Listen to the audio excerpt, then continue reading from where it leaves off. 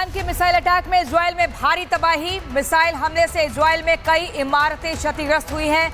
Missile हमले के बाद भागते दिखे हैं लोग, लगातार लोग भागते हुए दिख रहे हैं। मिसाइल हमले के बाद ईरान के मिसाइल अटैक में इजराइल में भारी तबाही की जानकारी मिल रही है। इससे पहले भी आपको बता दें, ईरान ने इजराइल में माइक्रोसॉफ्ट बिल्डिंग को निशाना बनाया। ईरान का दावा है कि माइक्रोसॉफ्ट इजराइल और अमेरिका सेना के साथ मिलकर मिसाइल इंटरसेप्ट करने की टेक्नोलॉजी बना रहा था, इसलिए ईरान ने टारगेट किया।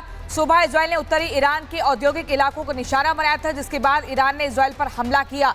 ये बड़ी खबर बता रही हूँ, ईरान के मिसाइल अटैक में इजराइल में भारी तबाही की तस्वीरें सामने आ रही है।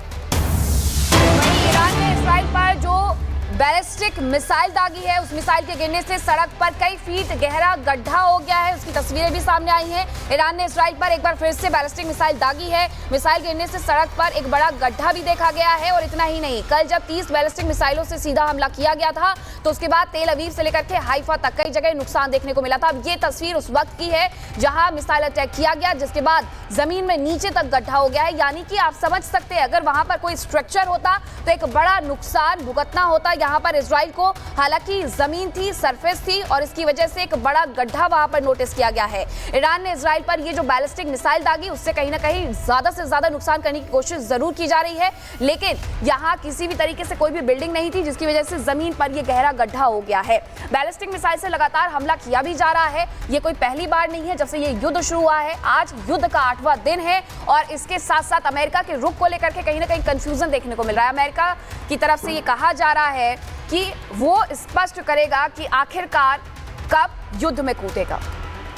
तो एक बड़ा पैनल हमारे साथ है, मैं जल्दी से आपको बता दूं, major general SP Sinha defence expert हमारे साथ हैं। हमारे साथ निपुण आलम बायन हमारे साथ स्टूडियो में इस वक्त मौजूद हैं, जो कि राजनीतिक विश्लेषक भी हैं। Colonel Jassi Sodhi defence expert हमारे साथ जुड़ गए हैं। लेकिन आप सभी का बहुत स्वागत है। मेजर एसपी सिन्हा सर, मैं आपके पास आना चाहूंगी, समझना चाहूंगी कि लगातार जो ईरान इजराइल में तबाही मचा रहा है, चाहे फिर वो माइक्रोसॉफ्ट की बिल्डिंग में हो, क्योंकि उसको था कि इंटरसेप्ट करने का कुछ सॉफ्टवेयर बनाया जा रहा है। अगर हम बीते दिन की बात करें तो इजराइल के स्टॉक एक्सचेंज मार्केट में जो बिल्डिंग थी, वहां पर भी टारगेट किया गया, अस्पताल में टारगेट किया गया, जिसको इजराइल ने वॉर ऑफ क्राइम बताया। ऐसे में यहां पर लग रहा है कि ईरान रुकने वाला नहीं है, लगातार ताबड़तोड़, ना वो अमेरिका से डर रहा है ना इजराइल से डर रहा है। देखिए, पहली बात तो है कि जो ईरान का एक्शन है वो अनएथिकल है। आप मिलिट्री टारगेट्स को, जो हाई वैल्यू टारगेट है, उसको टारगेट कीजिए, वो तो समझ में बात आती है। लेकिन आप हॉस्पिटल को टारगेट कर रहे हैं, आप स्टॉक एक्सचेंज को टारगेट कर रहे हैं, आप इजराइल की आर्थिक व्यवस्था को बर्बाद करने की कोशिश कर रहे हैं। आप जायज़ पर जो जेनेवा कन्वेंशन जिस तरह से लड़ाई करना वो कीजिए, उसमें कोई प्रॉब्लम नहीं है। आप लड़ाई आपने ज्वाइन किया है तो कीजिए। दूसरी बात जो मैं कहना चाहता हूँ, जिस तरह से ईरान इजराइल के सिविलियन टारगेट्स को और हॉस्पिटल्स वगैरह को टारगेट करा, उसका मकसद ये है कि ईरान में खमेनी का की पॉपुलैरिटी जो गिर रही है, कोई भी लीडर चाहे पाकिस्तान हो कहीं पे, जब देखता है कि उसका जगह कमज़ोर पड़ रहा है तो वो वॉर की स्थिति बना देता है या एग्रेसिव एक्शन दिखाता है, ताकि पूरा देश उसके पीछे खड़ा हो जाए, रैलिंग पॉइंट हो जाए। तो मेरा अनुमान है कि ये जो खमेनी की जो अप्रोच है वो है कि मेरे देश के अंदर जो विवाद है उसको ख़त्म किया जाए, अपोजिशन ख़त्म किया जाए। तीसरी बात जो मैं कहना चाहता हूँ कि क्या ये सच है कि ईरान का जो इन्वेंट्री है, जो उसमें डिप्लीशन हुआ है, उसमें गिरावट हुई है और वो चिंतित है? क्या ये सच है वो कोशिश करेगा चीन से और टर्की से रिकूप करवाने का? लेकिन कब तक? जो मेरा अनुमान है कि अप्रॉक्सीमेटली 8000 मिसाइल उसके पास है, 3-4 हज़ार वो ऑलरेडी फायर कर चुका होगा।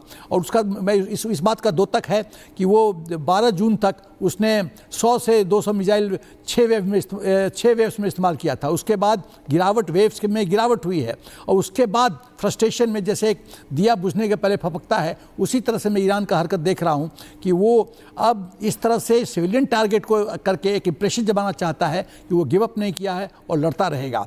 लेकिन कब तक 8000 उसके मुझे, जिसमें से 4-5 हज़ार बचे होंगे, कब तक वो लास्ट करेगा? और कब तक चाइना और टर्की और उसको सपोर्ट करेगा? पाकिस्तान तो उससे खेमे से गया, क्योंकि मुनीर ने तो जाके हाथ मिला लिया है मिस्टर ट्रम्प से। ये जो कब तक का जवाब है, यही ढूंढा जा रहा है ना। सोढ़ी सर से पूछ लेते हैं, आपको क्या लगता है कि अब 8 दिनों की जंग में इजराइल कमजोर हुआ है कि ईरान कमजोर हुआ है? क्योंकि इजराइल पहले से भी अलग अलग फ्रंट पर हूती विद्रोहियों से और अलग अलग फ्रंट पर वो लड़ता रहा है। ये मेरा सौभाग्य कि मैं आपके न्यूज चैनल पर हूं और विख्यात को पैनलिस्ट के साथ हूं। देखिए, एक प्रसिद्ध कहावत है कि जंग में सब जायज है। जो इजराइल ने खुलेआम गाजा पट्टी में किया, अब वही चीज ईरान इजराइल में कर रहा है। दोनों तरफ से ताबड़तोड़ हमले हो रहे हैं। ईरान को पूरी तरह से चीन और रूस समर्थन कर रहे हैं। अमेरिका अब तक जंग में इसलिए नहीं कूदा है क्योंकि चीन और रूस ने साफ संदेश दे दिया है कि अगर अमेरिका जंग में आया तो दुनिया के लिए घातक साबित होगा। अन्यथा अब तक तो अमेरिका ने कब का इस जंग में कूद जाना था। तो अमेरिका तो इस जंग में कूदेगा नहीं क्योंकि रूस और चीन ने एक कड़ी चेतावनी अमेरिका को दे दी है। जहां तक ये मिसाइलों के जखीरे की बात है, दोनों साइड्स जो हैं उन्हें महाशक्तियों का समर्थन है। अभी कुछ दिन पहले ही 3 बड़े ट्रांसपोर्ट विमान चीन से तेहरान में लैंड हुए हैं, जिसमें यह आंकड़ा लगाया जा रहा है कि उसमें मिसाइलें हैं ईरान के लिए। हम सारे जानते हैं कि अमेरिका पूरी तरह से इजराइल को समर्थन कर रहा है। तो जब तक ये महाशक्तियां दोनों देशों को समर्थन करती रहेंगी, ये दोनों देश एक दूसरे पे ताबड़तोड़ हमले करते रहेंगे। सिविलियंस मरेंगे, फौजी मरेंगे, बर्बादी होगी, लेकिन दोनों देश पीछे नहीं हटेंगे जब तक उन्हें कोई महाशक्ति नहीं कहेगी। बिल्कुल सर, और वो नजर भी अब आने लगा है कि जहां जहां महाशक्तियां उतर रही हैं दोनों अलग अलग देशों के साथ, चाहे अमेरिका हो या फिर रूस हो। एक और बड़ी खबर युद्ध से जुड़ी हुई। ईरान के 20 से ज्यादा ठिकानों पर इजराइल का अटैक देखने को मिला है। इजराइल के 60 लड़ाकू विमानों ने भीषण बमबारी की है।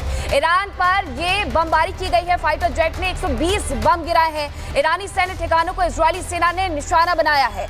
ईरान के मिसाइल प्रोडक्शन ठिकानों पर यह निशाना साधा गया है।